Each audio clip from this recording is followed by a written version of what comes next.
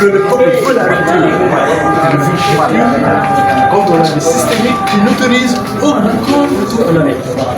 une rupture qui veut que cesse ce qu'on a appelé la judiciarisation les passe-droits, la justice à deux vitesses, les brutalités policières. Par exemple, on a le président Bakel et récemment à la mairie, il y a eu qui aurait pu être évité. Donc le peuple veut la rupture, le peuple veut que les Sénégalais soient mis dans de meilleures conditions de travail, que la pandémie, la pauvreté pandémique soit développée, que les actes de migration irrégulière soient développés. Ils veulent, les Sénégalais, que le Sénégal soit un pays souverain, un pays où la souveraineté alimentaire, la souveraineté numérique, la souveraineté militaire, la souveraineté monétaire soit rigueuse pour qu'on tourne la page de néocolonialisme. Les Sénégalais veulent mettre que soit mis un terme au l'hyper-présidentialisme. L'hyper-présidentialisme qui fait justement qu'un président peut tout se permettre dans ses pays, comme s'il était la projection orthogonale de Dieu. Il faut mettre un terme en s'inspirant justement des conclusions des assises nationales, de la CNRI, du pacte et même des assises de la justice américaine. Et nous pensons que ce faisant, il sera possible qu'il y ait de l'équilibre et une séparation réelle des trois pouvoirs. Nous pensons que les Sénégalais veulent qu'il y ait évidemment, j'ai dit une souveraineté alimentaire, mais ils veulent qu'il y ait une lutte radicale sur tous les plans. Et de ce point de vue, nous avons voulu faire une porte-parole de cette là. Nous avons pensé que pour être cap et pour tous les citoyens et de justice, il faut une renégociation des contrats. Tous les contrats. Il faut une révision des codes. Le code minier, le code électoral, par exemple, qui fait qu'avec le langage, les gens du pouvoir sont toujours les mieux lotis en termes de députés. C'est une nécessité de réviser le mode de désignation.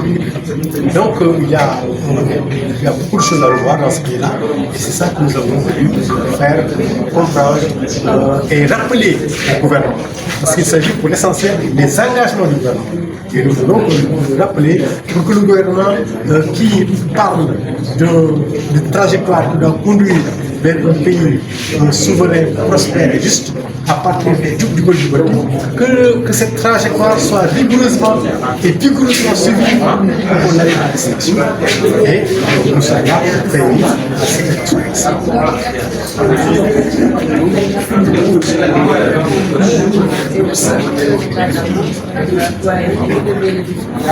Écoutez, la solution c'est cela. Nous avons une mission de donc nous devons être là pour veiller à ce que cette trajectoire soit rigoureusement suivie. Donc le devoir de critique, le comportement, forcément à dire évidemment faites attention à recommander, à alerter, à soutenir chaque fois que par exemple on a dit les contrats qu'il faut renégocier.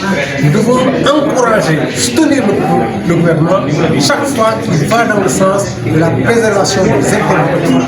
Chaque fois qu'il va dans le sens de la défense des intérêts sénégalais, on doit veiller à cela.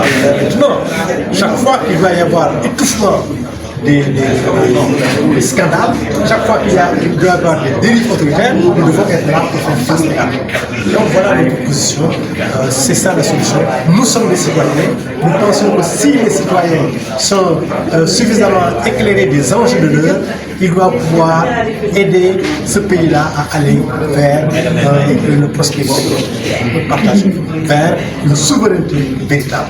Et nous pensons qu'il n'y a pas d'autre alternative. C'est nous, citoyens. Parce que nous estimons que le Djoum-Djoum-Djoum-Djoum, ce Sénégal-là, le Sénégal prospère ne sera atteint que si les dirigeants sont des modèles, des exemples qui tiennent lieu de locomotive. Mais ça ne suffira pas. Il faut que les Sénégalais se réinventent. Il faut que les Sénégalais acceptent, évidemment, de changer douloureusement leur mentalité et leur comportement. Parce que si on ne change pas tout cela, évidemment, le changement sera très lent pour le SIDA. Pour qu'il soit rapidement, il faut que et les dirigeants et les citoyens se mettent évidemment dans le même train pour aller ensemble. Et récemment,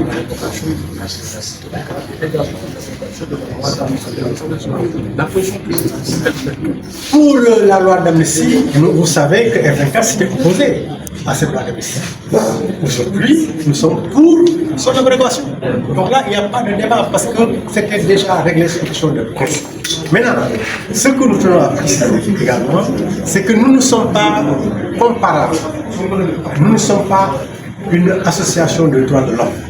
Nous ne sommes pas une organisation de la société civile. Nous ne sommes pas un parti politique. Nous sommes un conglomérat d'associations de société civile et de partis qui ont des points de vue totalement divergents. À partir du moment où il y a des divergences en notre sein sur plusieurs questions, notre démarche doit être une démarche démocratique d'abord, mais qui recherche le consensus fort. Et pour qu'il en soit ainsi, on prend du recul forcément, et quand il n'y a pas de consensus, on ne peut pas se faire. Quand il y a un consensus, c'est sur le cas du parti Diaz, vous avez vu qu'il y a des divergences profondes au plan juridique. Même les spécialistes ne sont pas d'accord. Donc il nous est difficile en ce moment précis de prendre position. Ce que nous pouvons dire simplement en termes de principe, c'est qu'il faut que les policiers arrêtent les brutalités. Ce qui s'est passé à la mairie, certainement aurait pu être évité. Ça, c'est une question de police. Il y a un recours qui est introduit. Quand le recours sera levé, peut-être qu'on aura un hiver. Bon, tu vois là, on a